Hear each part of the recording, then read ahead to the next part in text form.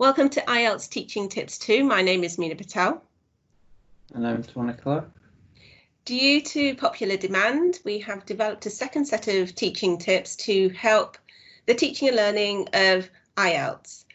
We hope that the tips we present will be useful to you, regardless of where you are in the world, what class size you have, and what your experience is. As before, these tips are aimed to be a springboard for you to develop your own ideas that are going to be way more creative and interesting than ours. So these are just guidelines really for you. And the tips we've chosen is because we think that they cover the skills and the knowledge that IELTS students will need throughout their language learning journeys. Over to you, Tony. Thanks, Meena. So one thing that sometimes gets neglected a little bit in IELTS preparation classes is punctuation. Now, a lot of these courses focus on, the big points of IELTS that are often really, really difficult, and they should do. But sometimes we forget about the smaller things. And if your punctuation's not good, your writing is going to suffer. As teachers, we know how important punctuation is, but I'm not sure that students always realise that. So this is an activity that we've thought of to help with that, basically. So it's all about the message you're trying to convey. And if the punctuation isn't right, even in a simple short IELTS essay, that could come across, in a different way and affect students' score. So I've got a couple of examples here on a slide that you could use, just to show students what happens when things go a bit wrong, punctuation-wise. So as you see, we've got two examples there. Eat your dinner obviously has a very different meaning without the apostrophe there and the full stop. And the other one is about a woman and a man, so you wouldn't want to get that one. So two kind of very simple examples you can show your students at any point, and they should quite quickly work out what the problem is there. And you highlight how important it is not to get it wrong in your test either. So when you think about the activity itself, it's very important to always relate what they're doing to the test, I find. Otherwise, they might be thinking, why are we doing this? So I would say use a real IELTS essay, probably task 1, could be task 2. It could be one that the students have written, or could be one you've written yourself, or it could be one taken from IELTS.org or another website. It should be something they're relatively familiar with in terms of topic. It shouldn't be a big shock to them. It requires a little bit of preparation beforehand, this.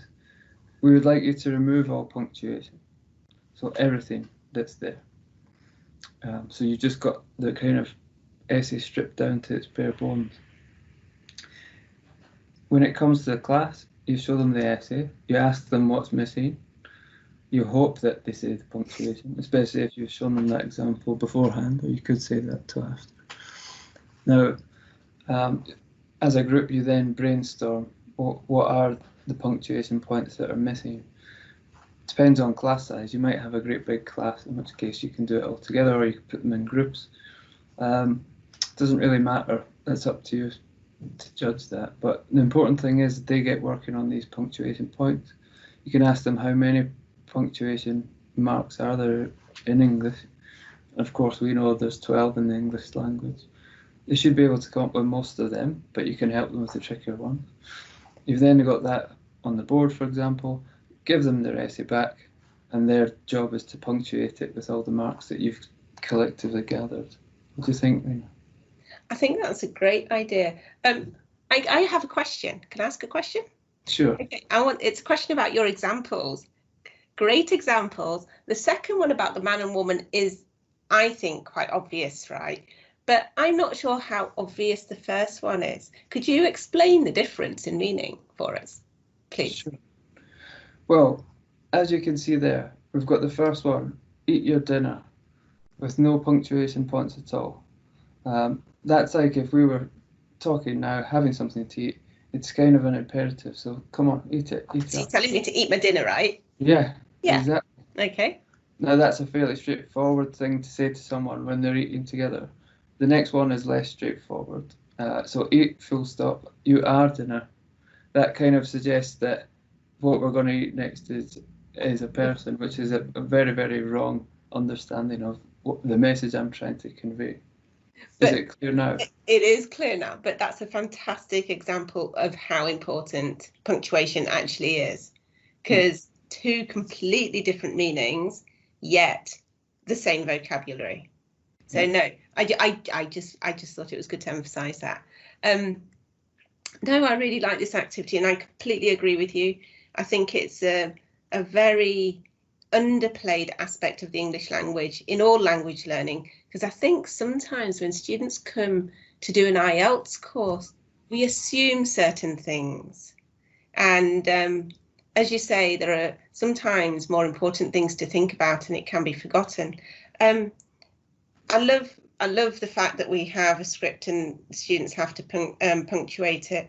And how would you give feedback on that, Tony? How would you, as a class, do you think we could do feedback on that? Yeah, that's a good point. I think what I would do if I was teaching that class I would monitor as they're doing it to see how they get on. I think it's really important that at the end you check it as a group though, because punctuation is something that native speakers sometimes struggle with, and that's because it's tricky. So the teacher has to set an example at the end that this is how we actually wanted it. There might be more than one possibility, by the way, for punctuation.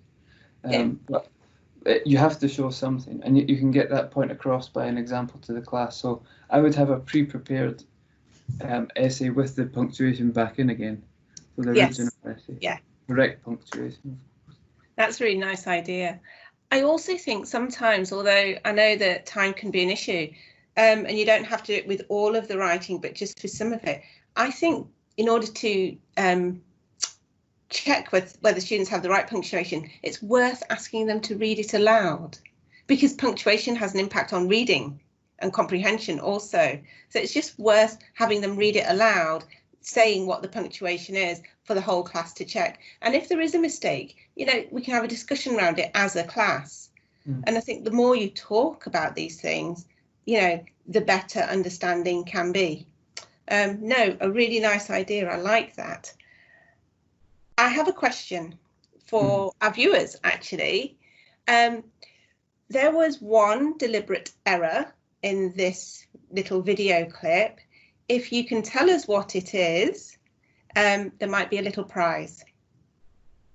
So can you think about what the one little mistake was in this video clip? And I think that's it for this one. I'm sure, well, we hope you found this tip useful. We're sure you can come up with more tips, very similar to this one, to do with punctuation.